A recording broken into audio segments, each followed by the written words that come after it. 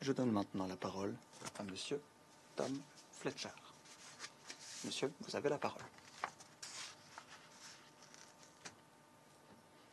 Monsieur le Président, Mesdames et Messieurs les membres du Conseil de sécurité.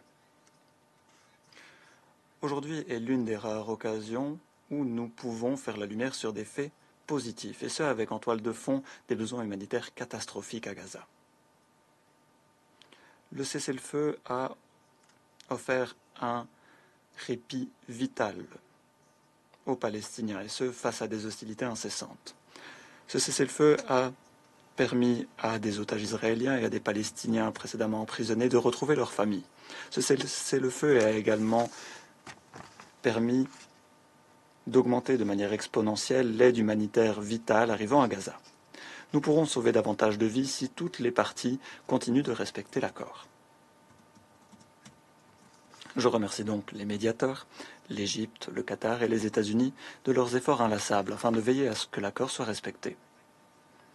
Je les remercie de l'aide qu'ils nous fournissent afin de surmonter les obstacles opérationnels lorsque de tels obstacles se posent. Avant que je ne fasse rapport au Conseil quant à ce que les travailleurs humanitaires ont pu faire ces derniers jours grâce au cessez-le-feu, je dois tout d'abord vous faire part de ce que les enfants palestiniens connaissent à Gaza depuis 15 mois. Monsieur le Président, les enfants ont été tués, affamés, sont morts de froid. Ils ont été mutilés, rendus orphelins, séparés de leur famille. Les estimations les plus modérées indiquent que plus de 17 000 enfants seraient séparés de leur famille à Gaza. Certains ont perdu la vie avant leur premier soupir et ont perdu la vie en même temps que leur mère lors de l'accouchement. On estime que 150 000 femmes enceintes et jeunes mères auraient désespérément besoin de soins de santé. Les enfants ont perdu leurs écoles, leur éducation. Les enfants souffrant de maladies chroniques n'ont que rarement pu avoir accès aux soins dont ils avaient besoin. Certains ont été privés de ces soins. Nombreux sont ceux qui ont été victimes de violences sexuelles. Les filles qui ont souffert de plus d'un manque d'accès à des soins menstruels ont été rendues plus vulnérables encore. 1 million d'enfants ont besoin d'un soutien psychologique et psychosocial du fait d'une dépression, d'anxiété, de pensées suicidaires, selon l'UNICEF. Une génération a été traumatisée. Monsieur le Président,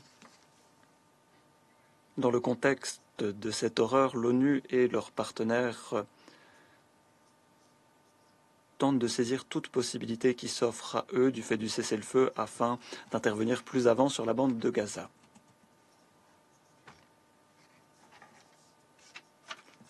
Un accès humanitaire sûr et non entravé, parallèlement à l'absence d'hostilité et la cessation quasi complète des pillages criminels ces derniers jours, nous ont permis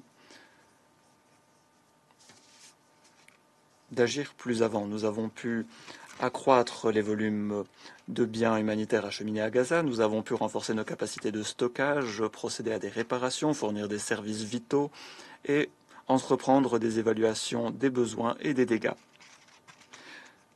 Nous parvenons aujourd'hui à acheminer des biens dans des abris d'urgence désignés, dans des centres de distribution dans la bande de Gaza.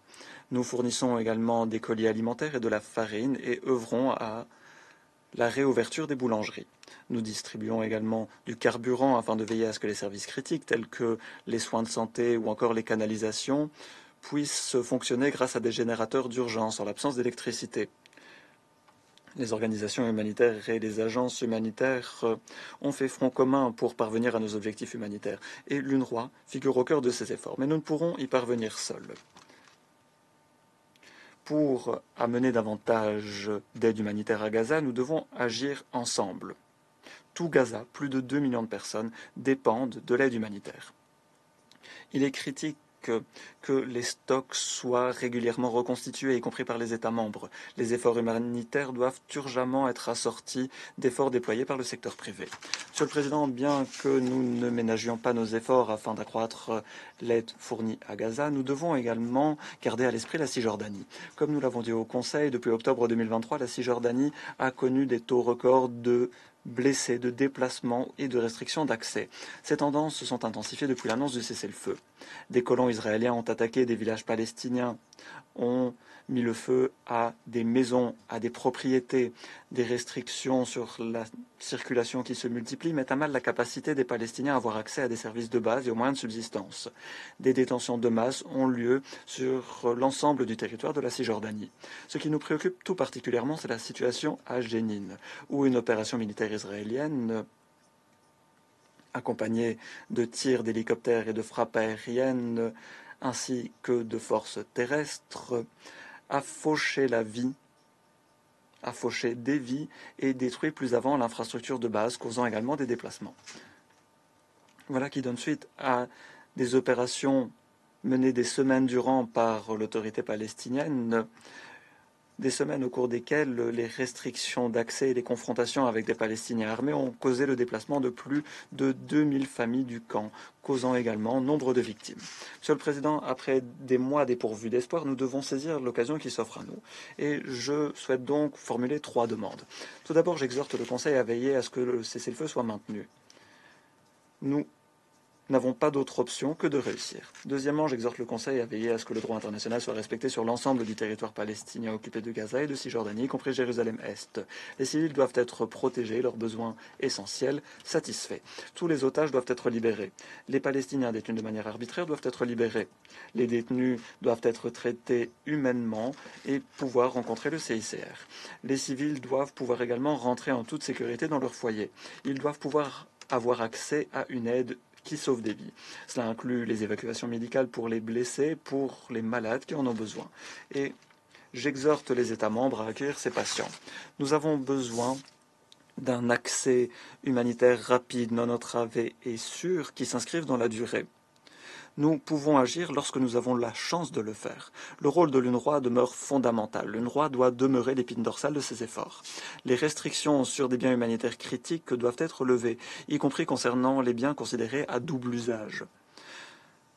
Nous devons veiller à la reddition de comptes pour toute atrocité, ce conformément au droit international humanitaire. Troisièmement, et enfin, les États membres doivent veiller à ce que nos opérations humanitaires soient suffisamment financées. L'appel éclair de 2025 requiert quelques 4,07 milliards de dollars afin de pouvoir satisfaire aux besoins de 3 millions de personnes à Gaza et en Cisjordanie, alors que 90% des fonds sont prévus pour Gaza. Il est absolument essentiel de financer cet appel afin de répondre aux besoins colossaux et veiller à ce que le cessez-le-feu soit pérenne. Monsieur le Président, les enfants à Gaza ne sont pas des victimes collatérales. Comme les enfants ailleurs, ils méritent sécurité, éducation, espoir.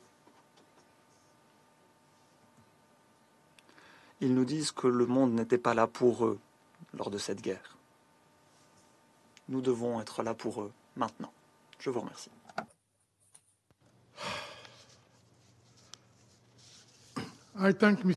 Je remercie M. Fletcher de son exposé.